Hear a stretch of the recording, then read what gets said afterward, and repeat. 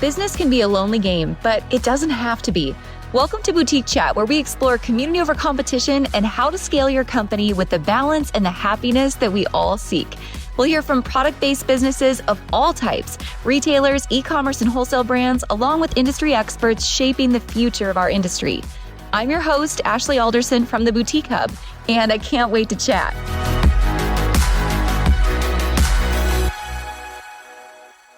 Hey guys, welcome back to the podcast this week. This is going to be a real treat because if there's anyone inside of the Boutique Hub who drops truth bombs more than I do, probably more than I do, it's Eric. I always look forward to what Eric has to say. I feel like a lot of the things where I'm trying to really stir up deep thought or conversation or maybe sometimes even offer like a differing perspective. I feel like you always come in and maybe not always we're 100% aligned. There's times where we've probably differed in opinion, but I really value the conversation that you bring to the community. So Eric, I'm so pumped that you're here today. Thanks for joining me. Oh, of course. Thank you, Ashley. That was so sweet. It was truth bombs, Otto. sweet truth bombs. We're going to get into some real truth bombs today. Oh God. We gotta get into the backstory. So for those who don't know you yet, haven't had the opportunity, tell me about yourself, where you're from, how did you get started with the brand? Cool. All right. So my name's Eric Ruyak. The company's Hespera Jewelry Company. I grew up in Washington, D.C. I was actually raised in I was kind of raised with like a silver spoon. My dad is this very famous attorney. My mom had this very prolific career. And, I went to prep school. I went to Northwestern University. I studied communications there, and I went and I studied theater. And I mean, like, who goes to school to study theater? Privileged kids. So when I graduated, I toured with Wicked for a year. I hated it.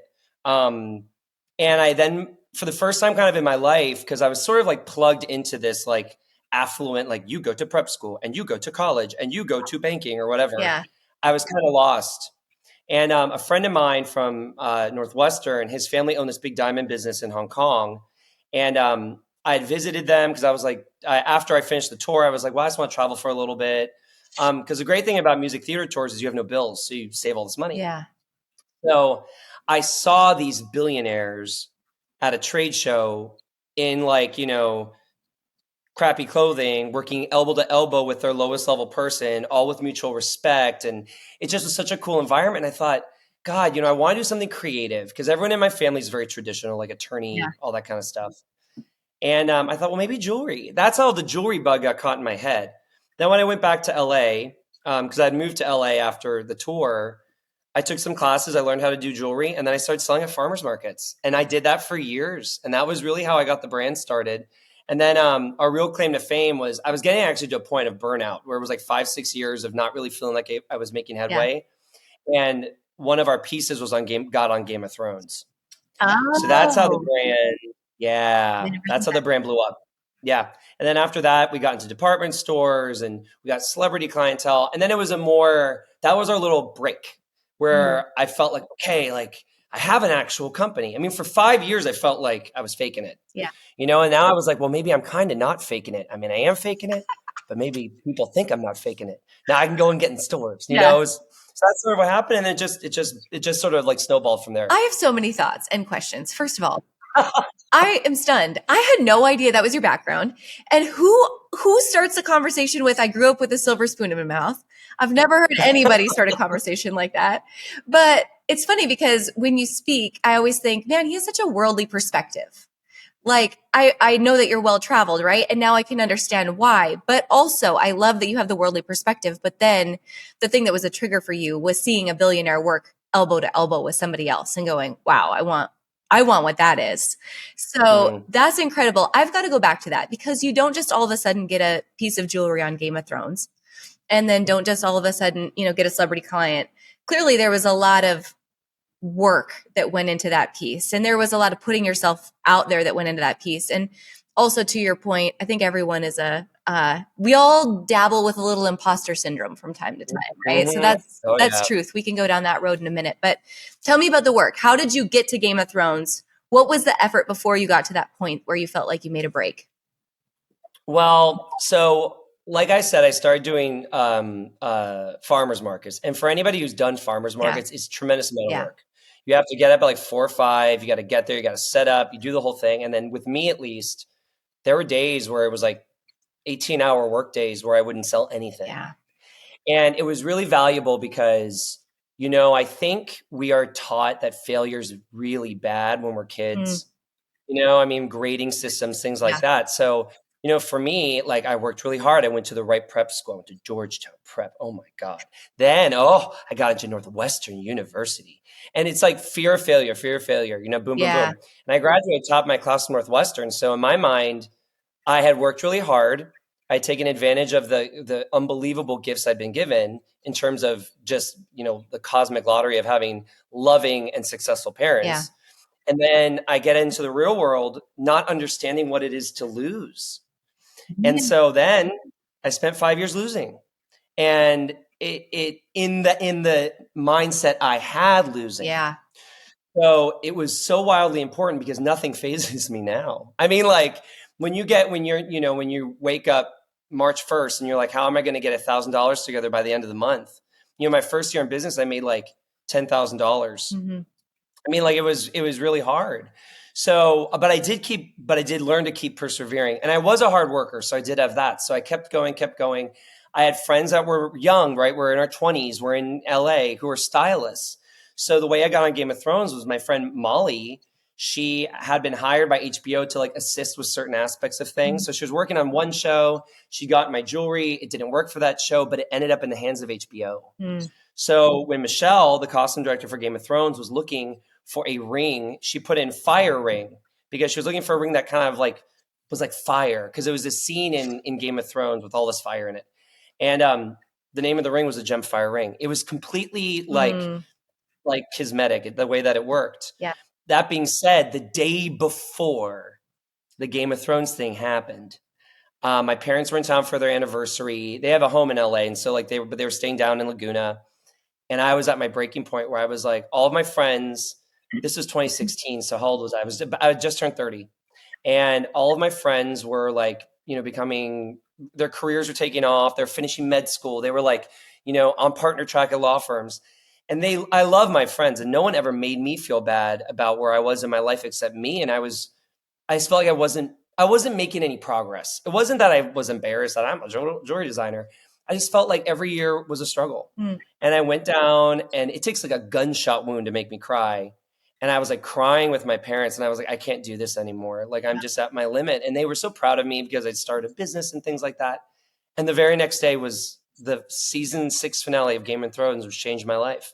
It was unbelievable. Like the timing was crazy. Yeah. But yeah. And then everything changed after that. We have to talk about that more because I don't know about you, but I feel like the majority of the success stories I hear from entrepreneurs, they always have a pivotal moment. They always have, I was at rock bottom when. And even though we know that's true, and it's the build, it's the climb out of rock bottom that really is, man, that's like the fruit of the labor, right? Even knowing that, we're still so scared of failure and the idea of failure. What's your thoughts on just entrepreneurs today and their need to maybe get knocked down once or twice so they know that it's not failure? It's just like Sarah and I always say this, if you're not winning, you're learning. How can we shift that narrative for people today? So I actually listened to an interview with Jay Shetty, and he talked about something that I really took to heart, and it really changed my life. And it was about cycles. Yeah. And he just had his way of describing it, which I don't even recall perfectly, but the way that I've sort of like transmuted it is that every business everything you do, whether it's even if you're just, like corporate, there are these different cycles that we have that are part of this bigger sort of cycle of success. And the first one's learning. And, you can't go into something we're not always in our winning season. We're just not. Yeah. I've done really well over the last decade, like really, and I'm very proud of where I am, and I'm grateful for where I am. But there's a lot of learning that happens amongst the winning seasons. And there are times where things that worked 2 seconds ago really fail. Yeah. And I think that embracing the reality that this is part of success, you cannot just constantly be picking the freaking apples. You got to plant the damn tree. You got to water it. You got to take care of it. and you have to embrace that, and you have to enjoy it, you know, and we stop enjoying it because of things like comparing ourselves to others, not paying more attention to what other people are doing than what we should be doing, losing the joy and curiosity. Every year there's another problem, right? I mean, if it's not COVID, it's an election cycle. If it's not an election cycle, your warehouse burns down. There's something, but if you still want to be successful, you still have to show up. Yeah. So for me, when I let go of my desire to always be on top, I allowed myself the space to really be on top in the moments. Like, how much can I learn this year? This year for me right now is a huge growth year. Last year was a learning year. So I knew last year was going to be hard because I had a lot to learn. Things had changed. I had to modify my team. I had to get curious about what was working, and I embraced it. I wasn't beating myself up because I wasn't doing $1 million a month at that time. I was really engaging in that part of my cycle. Yeah. And that gave me a lot of peace. Yeah. I think that's so helpful, knowing what season you're in, knowing what cycle you're in. Absolutely. That's so true. I love that you also brought up curiosity. Let's go into that a little bit, because your brand, you've built this incredible brand. You have a higher price point product. You've proven that this product can be sold multiple different ways to multiple different groups of people.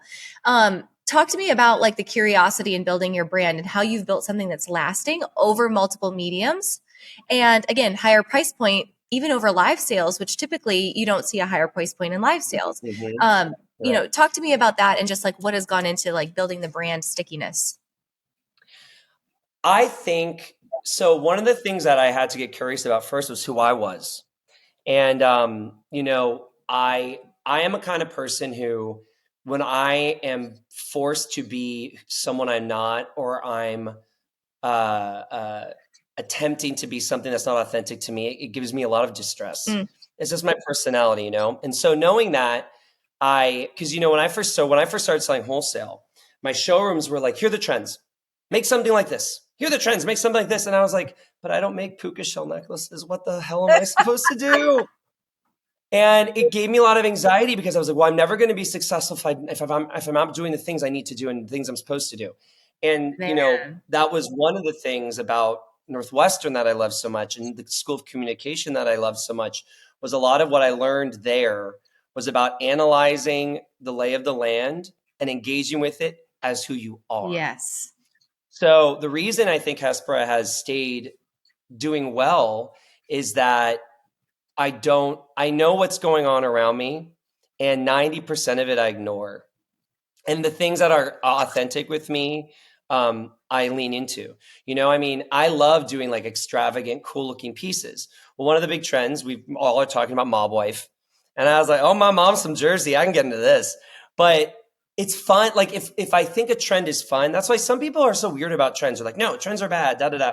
Well, if it inspires you. Yeah. If you have a boutique and you're in Jersey and you like furs and you're like, ooh, now's the time to bring in my faux fur collection. That inspires you. Yeah. So for me, I listen to that inner compass a lot. Yeah. And that has given the brand a lot of staying power because our audience engages with the voice of the brand. If you're building a brand, it's very important that you have a very clear viewpoint. That doesn't mean your viewpoint is going to be what Vogue is talking about every season, but it doesn't need to be. Yeah.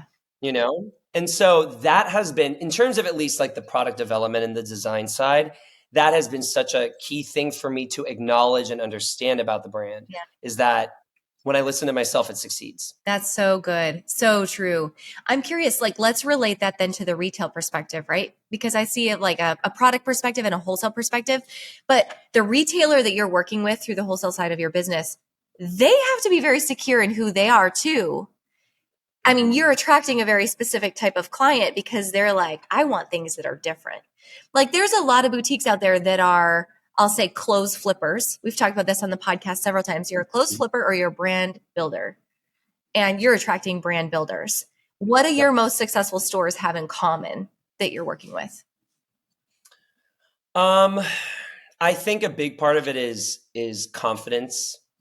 And I know that sounds kind of maybe trite, but there are a couple boutiques that I work with that they are very they feel very strongly about what they're going to carry, Mm-hmm.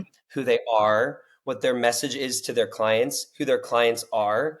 Um, our jewelry is not, if somebody comes to us and says like what sells well, it's probably not going to be a great, we're probably not going to be a great fit because I don't engage in those conversations easily. I mean, like for example, my community, I sell green jewelry really, really well.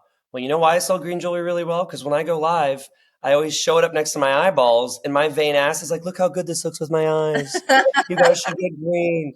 But like green jewelry traditionally is a big no for most major retailers. I mean, I've sold 9 figures of jewelry to Nordstrom's and Anthropology. I've never sold one green item to them. Interesting. You know what I mean? Yeah. Like, yeah, it's just not, they know, but they have all these, I mean, now majors have like systems, they have like, oh, here's how many they sold here. But for boutiques, if you love what you're selling, it translates.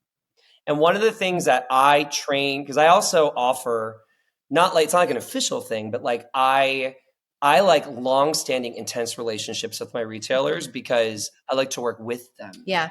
you know? And so one of the things I always train them is if I, Eric, am selling Diet Coke and you, Ashley, are selling Diet Coke, it's not the same product. Yeah. My Diet Coke is Eric's Diet Coke and yours is Ashley's. And what that means is if I hold this Diet Coke, I'm like, guys, this is my favorite thing on earth. I lost 100 pounds pounding this carcinogenic fluid. I mean, like that's different than you being like, this is nice and I like it. And, when I'm stressed and I'm whatever, instead of grabbing a glass of wine and yelling at my husband because I've had one too many drinks, I just have a Diet Coke. I mean, like, this is like, but it's a different product now. Yeah. Now over here we have spousal support Diet Coke and we have weight loss. I mean, like that's how it is. Yeah. So when I'm selling an emerald necklace and Jane over here is selling an emerald necklace, you're imbuing it with, that's what brand building is. You're imbuing Yeah. it with the experience, the community, your personality, all those kind of things. I love working with people like Yeah. that because I'm an intuitive person. So I'll also key into them. So then as I get to know them, I'm like, you know what? You will kick ass selling this necklace because you're this zippy, powerful, cool young woman who's doing this and doing that. This necklace clicks with that. This jewelry Yeah. clicks with that. These are the lines you should carry. This is what you're attracting. This is what you're inspiring. So that's in my mind what the brand building boutiques are. Yeah. And you can see, it oozes into everything they do. Yeah, that's so true.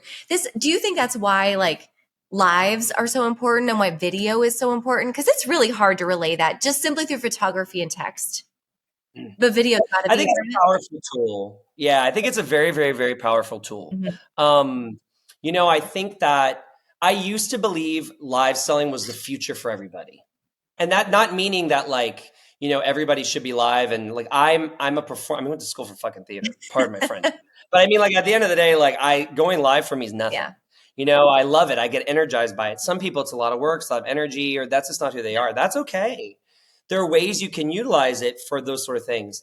I believe there's a huge missed opportunity in the boutique culture of your business if you are not the community leader. Mm, And going live is a powerful thing that you can use, a powerful tool yeah. that you can use to enhance that. And I think people should find their way of utilizing some kind of thing like that. I mean, I think it is. I think it really does help. And it does allow for your community to view your products much more robustly. Yeah. Oh, this is Ashley's, Rails top, versus, oh, it's a Rails top I found online. Yeah, exactly. Let's dig into that a little bit further because for me, like one of the most important things I've been talking to boutiques about 2024 specifically is if you don't have a community, it's going to be really hard to compete with anyone else online or in person. You have to have a community around the brand. What else do you think goes into building a successful community? What brings people together? What can retailers and brands both do to build community? I think that authenticity is really, really, really important. And explain my version of it because I think that word gets thrown around a lot. And people are like, yeah, I'm being myself. It's not that. Here's a prime example. I'm very provocative. As you just saw, though I try to control my mouth, I have a terrible mouth. So, I was like, I'm not going to curse on this podcast. Well, whoops. I mean? Like, here I am. But I know who I am. And like magnetic people, everyone is magnetic. Mm-hmm. I mean, I'm not a people. No, everyone Yeah. is. This is a thing you need to embrace if you want to be really successful at community building. Magnetic people, being magnetic doesn't just attract, it repels. Yeah. And it's okay. It is okay not to be liked by everybody. Ashley, I have no doubt. There are plenty of big old boutiques that are like, I would like to take Eric and crucify him on the side of the road. And it's okay.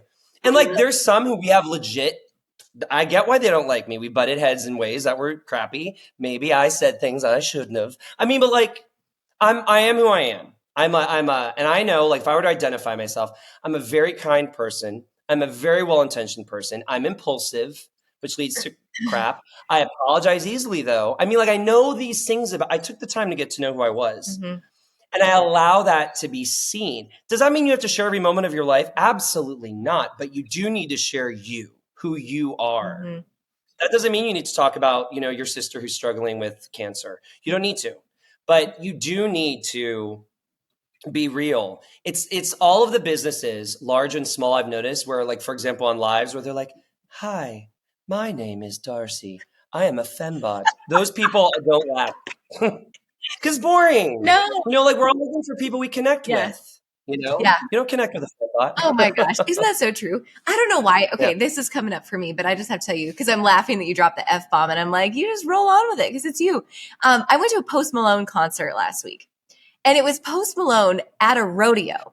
Okay. Mm-hmm. And so he gets up there and he's just like, he's full on posty, and every other word's the F-bomb, and like, it's a thing. But he gets up and he apologizes to the women and the children in the audience. Like, I'm so sorry that I like use the F-bomb a lot. But then the next sentence is like, how are you effing doing? And he goes on. But he's magnetic in such a great way, but then you're right. He'll repel who he needs to repel, but that's the beauty in the whole thing. I say the same thing even about the boutique hub. There's things that you may love about me. There's things you may really hate about me, and that's fine. But I'm going to be true to like what I think is right for the community and the direction that we're going. And I'll apologize when I'm off, but it doesn't mean I'm going to make everybody happy all the time. And I wish more people could see that it's okay to be a little bit repelling when you need to. Yeah. And you can make space, which you're really excellent at, I'll be honest. And you can make space for people who disagree with you to feel safe and heard and understood while there's still disagreement. And this is something too that I think in community building in general, I allow people to talk politics. And people are like, oh, no politics, no religion. I'm like, well, how are you going to learn? Like, listen, I grew up in Washington, D.C. I'm a liberal gay guy living in L.A. A lot of my clients are wildly conservative people. They love guns, all these things. Yeah. I walk through life, though, listening. I don't judge people for who they are. And that's how I was raised. And I'm grateful for my parents for that. If we don't have the same political views, I've never demonized a person for their political views. I ask questions. And because we're so used to going, oh no, this liberal person, conservative person's in the room. I asked on a live, and it was an amazing conversation that ended up going for 3 hours. So good. It was after a school shooting. And I said, I don't understand guns. Can those of you that do? And I always say, listen, guys, we can disagree in here, but you have to be respectful. Turn to your spouse and say, Eric's an a-hole, but don't let's have a nice conversation here. I learned so much. That's so fascinating. It's so powerful. And I sold like $30,000 on that live. I was like, tell me about the gun. Here's a bracelet. Okay, you have to tell me, what was the feedback after the live? I'm so fascinated that you did that. We've lost the art of that in a society today. It's gone. It's really sad. It is. People in the group went and met in person. Really? Argue and talk and become friends. So I do things, my style of community and live selling, I go live a lot because I like it. I'm much more community oriented. My attitude is always, process over product. Yeah. So if I spend a lot of time watering the community because I get joy out of that. Yeah. So I never am worried about the numbers, because if it sells, it sells. Like, the product will sell or it doesn't. But I make sure everybody has a wonderful time, and so they keep showing up hard.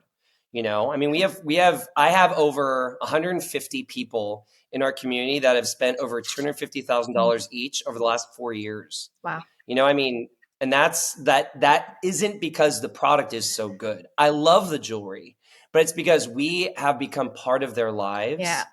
And they become part of ours in a way that we all really, really enjoy. So that is 100% a byproduct of community and building community and allowing people to be who they are. And I always say, I'm like, listen, you guys like to watch me. I'm a kook. I want you guys to be yourselves in your way. Yeah, you're not on camera. Yeah. But it's important that like people have a place. Life is so hard also. Like, just come and hang and have fun. Like, we all have our struggles. We all have our pets that are sick, or, spout, some crap that's going on.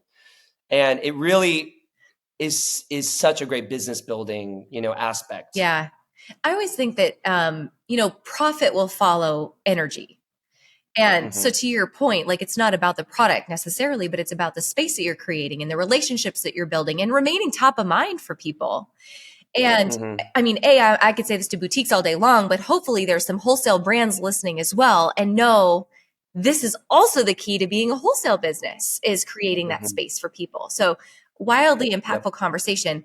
I have to go back to the political thing though for a minute, just because we're in an election year. What advice would you give to others who are like, how should I handle this if I want to sell, let's say, political merch on one side or the other? What tips would you give people for handling some of those conversations in their own community? I think if you're going to sell pro-Trump stuff, you should probably sell pro-Biden stuff too, because it doesn't ostracize people in your community. I would encourage people to embrace the reality that who you vote for doesn't mean shit in terms of who a person is. Yeah. I know people, I mean, I'm in California. Yeah. Some of the most racist people that I know are very liberal. And I'm pointing that out because I know conservatives are called racist a lot these days. Yeah. No, stop obliterating people because they voted for Trump or Biden. It's bullshit. Everyone has their worldviews. And everyone has their own life. Yeah. I live in a city in California. If you live in a small town in Alabama, and you're evangelical Christian, your needs are different than mine, and that's okay. That doesn't mean we can't enjoy each other and learn from each other and have so much fun. I see it in my community. Like, when my dog was sick, there's a lady, and she is as different as I in terms of politics as could be. Yeah. And life as could be. That woman knew a vet in California who saved my dog's life. Aww. And I get emotional thinking about it now. And I didn't know her that well then. I mean, I cannot stand, and this is something I do get on a soapbox about, I can't stand people that preach, love each other, and then they're exclusionary. No, don't be that. Like, open your own heart and mind, like, let people surprise you. Yeah. Because at the end of the day, the real thing with politics is it doesn't really matter. Just go vote. And I don't mean politics don't matter. I mean who you vote for and all that stuff and what your political views. That's a personal thing for each individual person. You shouldn't worry about what another person's doing or thinking. You really shouldn't. It doesn't really affect you. So let them have their moment.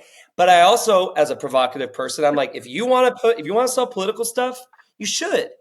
Be prepared though that if your feeling is, I don't want people that think differently than me to be part of my shopping community, you're annihilating a part of your customer. And you'd be surprised. You may think, like Eric, you may think like goofy little gay guy living in San Francisco or something, some customer of yours may be super liberal. That person might be red as red, and you don't know. And like, then all of a sudden you lose that person. So I would say be honest about who you are and true who you are, but kindly. Have you ever wondered if someone else in business is going through the exact same thing you are right now? Whether it's an obstacle to overcome or a new opportunity you aren't sure if you should pursue or not, or maybe just some of those same questions about, man, am I really getting the most out of my inventory or my Facebook ads or my team? How can I do business just a little bit better and enjoy life just a little bit more? Well, those are a lot of the questions that we answer on a day-to-day basis inside of our community at the Boutique Hub. If you're listening and you aren't yet a member of our community, I want to invite you to join us. We have 14 different niche Facebook groups to connect you with store owners at the same level and just like you, no matter what you sell. Home and gift, apparel, children's specialty, we've got groups for all of that. Plus, we want to get you up to date with the latest training, the latest information and strategy on what's working right now in our industry with our weekly education plus our maxed out training library. We also have hundreds and hundreds of vetted, amazing wholesale brands who have been proven to do business in boutiques. We don't like trademark infringement. We don't like brands with poor customer service. We handpick the best of the best. And the best of the best love working with Boutique Hub members as well. So they offer numerous discounts and free shipping, whether it's at market, inside of our groups, or on our own wholesale platform, hubventory.com, with thousands of dollars in savings just for Boutique Hub members. So if you aren't yet a member, we'd love to invite you to join us at theboutiquehub.com/join to be a part of our community on a daily basis. I can't wait to see you inside, and I can't wait to see you connect with amazing business owners who are serious about their business, just like you. Yeah. Well, and going back to what you said earlier, be curious. Mm-hmm. Be curious. I think that's the key to all of this, is just to be curious. I love that you said, I'm not going to exclude people just because they think differently than I do. Like, there's an opportunity to learn from one another. If we could somehow just bring that art back of asking questions. I'm a product of, I grew up believing one thing, working for a political party, mind you, my entire college experience, and then switching viewpoints as an adult. Like, it can happen. Change can happen, but you have to be curious enough to ask the questions of like, okay, what does this really mean for me? What do I really believe? A prime example of that is, so I'm an open book. I'm a gay guy. I've now said that like 10 times on here. I don't know why, but I have. I have a lot of clients that are from area that just never knew gay people, never knew a gay person. And in all honesty, I'm really grateful because I'm just at that age where it was like, okay, right? Yeah.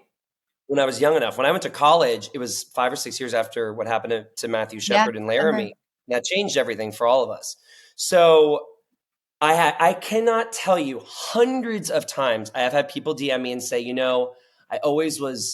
I'm embarrassed to tell you this, but I feel the need to. Like, I was uncomfortable with gay people. I thought they were bad. I thought the lifestyle was really disgusting. You have changed. Like, I was ignorant to it, and I got to know you, and I love you. Like, we talk, and they realize, a person's a person. And, they didn't need to share that with me, but I learned, wow, just by all of us, women, just by being public and walking through life as we are with kindness, is world changing. It is truly, and I learned a lot from that. It really humbled me to see the effect that me just going live being goofy had profound effect on people. And we all have that. We all have that. We have to respect the power of that. That is so true. Everybody has something in that regard. But wow, what a product of building a community and building a safe place where people are, comfortable to express that with you. I just think that's incredible, making huge impacts along the way. That's incredible. So let's take community one step further. So we know it's critical to build a community, but something else that you've done really well is community over competition. So not only have you built a safe space for your customers, but people in the industry who maybe even sell similar things as you, your competitors, you are community, you're in community with them. Talk to me about that experience and how you've gotten to that point as well. Yeah. Can I mention my friend? Yeah, absolutely. So my best friend in the Boutique Hub for sure, but one of my best friends who we've only known one another, we've known each other for less than a year, but we very, very quickly became close, is Reagan Winslow from the Roaming Buffalo. Yeah. And we connected from a post where we shared a view. Someone was posting about, I can't believe this product is at Lowe's now. And we both were like, it doesn't matter, We argued with this lady. Yeah. And we realized that we saw things the same way. And we both happened to be at market last June. Yeah. So we connected, became friends really quickly. And it's been for us, I can only speak for me. It's been, really life-changing for me to have her in my life, because I think that when the perception of you is that you're successful, doesn't even mean you are, but if the perception is, it's very lonely, because that has an effect on people, a really toxic effect on people. Mm-hmm. And that is part of our culture, the greater culture of being human these days. And I think that with Reagan and I both sell a lot of we probably are the two biggest Native American jewelry sellers in the United States. Mm. And we both sell it, right? And we both sell a lot. And we both have gotten to a point where if I have like a $20,000 necklace that's not doing well for me, I send her the picture. If she can sell it, she can have it. I don't care. I mean, like, we're really, really close. Yeah. If I'm having a really bad day, I have this friend who understands intimately what my stresses are, because she has them too in her business. Yeah. It is so fulfilling, and there's no ego. Yeah. I mean, the biggest destroyer of business, in my opinion, is ego. Yes. And and I'm grateful for this. I have a lot of negative aspects to who I am and my personality that I struggle with. I have never been an envious person. I've never been a greedy person. I've never been a jealous person. And as I've gotten older, I'm really grateful for that, because I see the torture people put themselves through wanting things that other people have. Yeah. And I'm not scarcity mindset at all. So when I found people like Reagan to connect with, who share those sort of viewpoints with me, Mm-hmm. oh my God. I mean, it's enriched my life so much. And our businesses have grown our businesses are growing because of the work we're doing, but there is an aspect to it. It's like a reality show. It's like, oh, my friend Reagan, she jumps on my live. She says hi. People ask what she does. I say her business name. Yeah. I had a client who wanted, she has a jewelry line, and she did this cow thing, and it's really cute. But she's a Western store. I'm not a Western brand. So I had a person say, "Oh, Eric, because I sold this Native American piece that had a cow on it. Do you have more of those?" I said, "No, but you know what, my friend Reagan." And I said, "Guys, can you tag Reagan? Someone tag Reagan. Get her ass on Yeah. here." And she got lost, and she was like, "Oh, have I been summoned?" And I was like, "Reagan, do you still have those tacky cows?" And she was like, "You mean my best-selling cow line?" Yes. And we tease each other. And then I guess she got some customers from it. I don't give a shit, because none of my business. Yeah.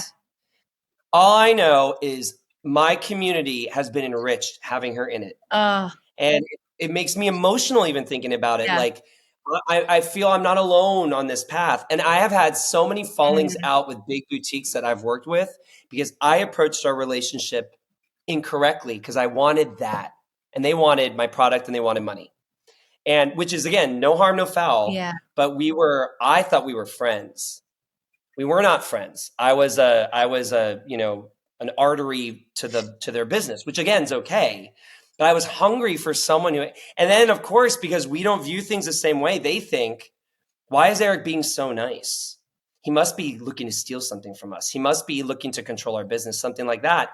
And it created a lot of pain for me. And I was like, I'm never going to work with a boutique again after the last time that happened. But then I realized, because I had this is in one of my learning phases, you need to find people, you need to cultivate a healthy mindset, and then you need to find people that share it. Yeah. And then, oh my God, what a wonderful relationship. It enriches your life. Yeah. Because competition is not real. That's something in our head. Yeah. That's the reality. Like, low-level thinkers compete in that dirty way. Yeah. High-level people collaborate. And that's the truth. It's funny, even when I feel like our industry is being wonky like it is right now, I feel like that's almost it's like a microscope for the true way people think and believe. And you start to see that, like, more unhealthy competition starts to rise versus the really beautiful, like, enriching type that you're speaking of. And when you think about yours and Reagan's relationship, it's probably grown both of your businesses because you're creating an energy that people want to share in. Yes. I mean, and I had mentioned before, I posted it in the hub actually because it was so impactful. I have another really close friend. And when my partner's husband had died, that would be me. When my partner's father had passed away, we all went down to Brazil, and she dropped everything to go down. And we met in Miami, and I hadn't told anybody what had happened, and I went live at the Ritz, and I cried, and she jumped on the live, and she's like, "I'm almost there, Eric. I'm almost at the Ritz." I mean, it was such a hard time. Our community to see us as real people, and to see the support we got from her. Mm-hmm. My numbers didn't go down. I don't know if her numbers went up again, because I don't give a shit. It's none of my business. But what I do know is, in the greater cast of characters in my life, the more I share them, the more I see it, the better my business does do, and the more it grows, because it attracts people. Yeah. People don't want to see you, oh, yet again, this boutique is copying me. Oh, well, who gives a shit? Yeah. They all do that. Just like, let it, they don't, but customers don't care, because customers either are just there for product, or they want to see you like happy. They want to see, something I'm provocative. I love talking about the tea, but I do it in a way that's fun and funny, not in a way that's like, oh my God. Yeah. How dare that? No, and that's the thing, is it does, like, when you have this like worldview that is positive. Yeah. That grows your community, because people want to be in that. Yeah. It's magnetic. Absolutely. Mm-hmm. This is so good. This conversation has been so good. Man, if anyone doesn't take anything away from this, like, build a community and don't be scared to be who you are. The other thing I have to mention, because I know how you and Reagan met, it was in a post in the Hub. So let me just call this out. There was a post in the Hub where you guys were disagreeing with somebody.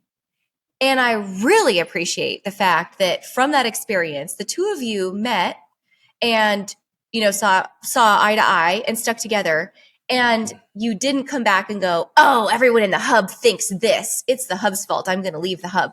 Because sometimes that happens. And people will say, oh, the Hub's just a bunch of mean girls, because they think that it's this group of people that think differently than I do. Yeah. But rather than place blame, you were just like, agree to disagree. But guess what? I made a friend out of the deal. Thank you for that. Well, and I think I was thinking this because you had made a post about like posting and authenticity and stuff recently, and it made me think. And back to the point that I made originally about being magnetic, those people don't belong in the Hub. I mean, at the end of the day, the people who leave, they don't. And it's different because you guys offer, what's so great about the Hub is you offer training and all these things that people need to be doing that they're not, like on financial literacy, like we talked about, knowing your damn numbers. Like literally the most basic of basic shit you need to know, so that you don't have panic attacks every night. So there's all that stuff. And if people just want to come in and do those trainings, that's awesome. Yeah. And that's all they need to be. But if you're going to engage in the community, you have to do so with a little bit of humility, because people aren't going to agree with. And here's the other thing, everything that I'm talking to you about, I think the core of it is true for everybody. But like me cursing on a live doesn't that may not work for other people, because that's not authentic to them. Everyone, there are different ways to skin a cat. Yeah. And you can learn from it. And you can disagree with me or whomever. I'm not, but this is the thing about ego. I'm not affronted by people disagreeing with me. That's the other thing. And you've seen also, I will come in like a wrecking ball if I think someone's doing something screwed up. There was one post in the Hub where I came out and I said, this is predatory and this person should put a sock in it. I'll say shit. Listen, I do create some good content. While I'm having like a drink on the couch watching cartoons, I'm like, while I'm watching Pokemon, I better engage in this post in the Hub. Oh my gosh. Well, it makes people think. And at the end of the day, that is the key to the success, right? Is being curious and thinking and challenging. Why do you think the way that you do? And hopefully everybody leaves a little bit smarter, right? Yep. Or a little bit better on the other side. Even if it can't be an echo chamber of the same thing, right? And it can't be an echo chamber for the things I'm saying. Like there's value in having quality discussion for sure. I agree. And to that point too, Reagan and I talk about this a bunch. I'm at a certain point in my career. Reagan is at a certain point in hers. She's like one of the biggest Western boutiques in the US. When I share numbers of things, it is not because someone should look at those numbers. To TJ Maxx, I'm a joke, right? Maybe be like, oh, $1 million, who cares? It's to show, because I like to, when something really works for me, those are a lot of the posts I like to do in the Hub, and explain why. Yeah. These are the things I realize that worked. And then I'll use those numbers to I try to do it in a way to like inspire, like, wow, this was 10 times what I expected it to do. You know, there are people in every community that only show up to say, I'm so successful and I'm doing so well. And I'm here to say, I know all those people that say that shit, and I know a lot of those people aren't paying their damn vendor bills. And it hurts people because they go, well, I'm a fit. Because someone will say, I'm really struggling this month, guys. Can someone help me? Is anybody else struggling? And then all of a sudden, some ex-LuLaRoe person will swing in and be like, well, I just made $1 million this week. I don't know what's wrong with you. I guess you should quit. And I'm there and I'm like, what the hell is this? It's don't feel bad. Don't look at other people and that shit. Ignore that stuff. We all should ignore that stuff. But don't look at that stuff and internalize it. We are all where we were. I just said I did $10,000 my first year in business. I don't know where in the United States you can survive on that. I don't know, like under the 405 maybe. I don't know. But we all have to understand that. And while I will post, this really worked well for me. Earlier, like 2 days ago, I had a collection that blew out. I had 95% sell through. The margins were like 7x. Yesterday, the collection I was the most excited for, I sold one piece. It was just like, wah, wah, wah. I mean, just like total nosedive. And I was like, well, and I didn't go, oh, guys, you aren't buying it. In my mind, I went, well, son of a bitch. I love that line. I'm going to wear it. It's beautiful. You don't like scarabs? Well, fine. But I mean, we all have that. We all have that. Yeah. Yeah. You know, and you got to laugh about it later, or, you know, or you do what a lot of people in the pub do, or in the hub do. How do I show this again in a month or a week and make it new? Or how do I try something new? Yeah. You get curious about what worked and what didn't work. That's right. And you learn for yourself. Yeah. You don't beat yourself up. You don't see another person doing $1 million a month and go, well, I guess I'm a failure because I'm not selling $1 million a month out of the boutique attached to my salon. No, I mean, like, we're all doing different things with different goals. It's all okay. Yeah. Success is different for every single person. I love that. And I love the curiosity in all of it. Okay. You and I could go all day. So let's do this lightning round. Okay. Cool. I give you 2 hours back in your day tomorrow. You get 2 bonus hours. What do you do with those 2 hours that are income generating activities? I get live. Could have called that one. Perfect. Yeah, there you go. What is the best advice someone's given you that always sticks with you? The best advice that someone's given that always sticks with me. Mm-hmm. It's Dr. Seuss. Be who you are. What is that? What is that phrase? Be who you are and whatever you feel, because those who mind don't matter and those who matter don't mind. Yeah. I'm going to Google it. The first part of that is. I know what you're talking about. I don't know, but all I know, that last part, be who you are because those who mind don't matter and those who matter don't mind. That is the most important advice I've ever gotten. Thank you, Dr. Seuss. I think you need to go post that in the hub today. I think that's really good. Yes. Okay. Hardest lesson you've learned?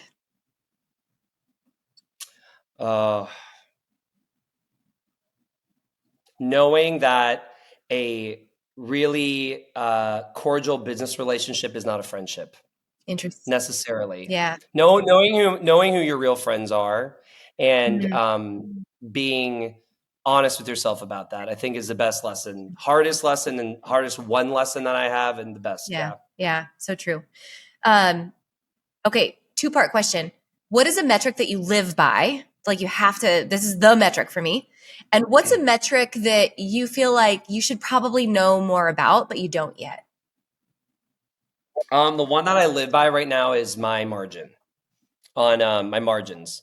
And the one that I need to know better, or I need to be better about, is my sell-through rate. Because I'll know really well when I'm selling things. Okay, so I'm 4Xing this, I'm 2Xing this, and this is 10X, whatever. Yeah. I'm always on top of that. And I'll realize, like, I'll have a day where I'm like, wow, I made so much more money than I thought in terms of profit. Because I know my profit. That's the whole thing with the margins. I know my profit. I don't worry about revenue. Yeah. Because I've had months where I've made in revenue a third of what I wanted to, and I made twice what I expected to had I hit my goal. because I was focusing on the margin and I was putting the profit first. I mean, Yeah. it's really important. Yeah. But sell-through for me is something I forget about sometimes. And that is such an important thing for all of us to know, in terms of what we're going to buy next or what we're going to produce next. Yeah. But also, your margin doesn't mean diddly if without your sell-through. I mean, if you're 10xing something and you have 100 units and you sell one, That's right. we still have 100 sitting over here. I mean, you got it. I really need to know that one better. Yeah. So good. Such a good point. Okay. Last one. Best advice for retailers listening. Your ego is not your amigo. And I mean, that's like so tacky, but please, for the love of God, this is the most important thing I've learned. The most important thing I've learned. Loving yourself, having confidence. I know who I am. I have total confidence in who I am. And I walk through life with that. And to insecure people, it comes off as ego. But who I am, what I do, exists completely irrespective of everybody else. I know I'm super smart. I know I am. That doesn't mean like Ashley Alderson isn't wildly brilliant in her own way, and I'm in my own way. They are completely irrespective of each other. Allow yourself to be proud of who you are and what you've accomplished without comparing yourself to anybody else, because that's all in our heads. And the main part of that is you can think. It's one of those things where like you can think you know what another person's thinking, but at the end of the day, even if like you're like, oh, I think that person's mad at me, and that's what you're thinking, you will never understand the deep emotional intricacies of why. So stop trying to get in other people's heads. Stop trying to think you know everything about other people. Stop trying to don't characterize other people. Stop saying that's a bad person, that's a this is a successful person. Focus on yourself and do not allow your ego to poison your ability to have really robust business relationships, because you never know when you're going to need a friend. You never know when you're going to need one of these people that you're choosing to have this toxic relationship with. So let your ego go. Let it go. So good. Your Diet Coke's my Diet Coke. And they're I'm going to look at Diet Coke differently now. That's exactly incredible. Right. That's really good advice. I'm really glad you shared that. All right. Last question. So what I gather from all the things that you're saying, right? The jewelry is the jewelry. But what's more important to you and what's more important to me ultimately is it's the life that we're living. It's the relationships. It's all the things outside of the jewelry, right? So fast forward 20, 30 years from now, whatever happens to the brand happens to the brand. And you're sitting there with your family and your friends and you're on the front porch and you're reflecting, right? And you're talking about this life that you lived, the businesses that you had and the businesses that you touched. What's the thing that you want people to remember the most about who you are and the journey that you were on? That is such an interesting question, because I've spent so much time trying to like divorce myself from worrying about what other people think about me. But if I think about legacy and in terms of, because for me, legacy has nothing to do with like my accomplishments or accolades. Yeah. I would love for people to have had the experience with me of feeling seen.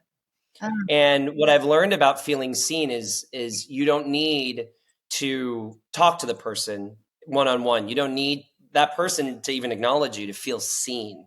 What I try to do, and I fail a lot at it, but what I try to do is create a space around me where people feel heard and acknowledged. Yeah. Or feel safe.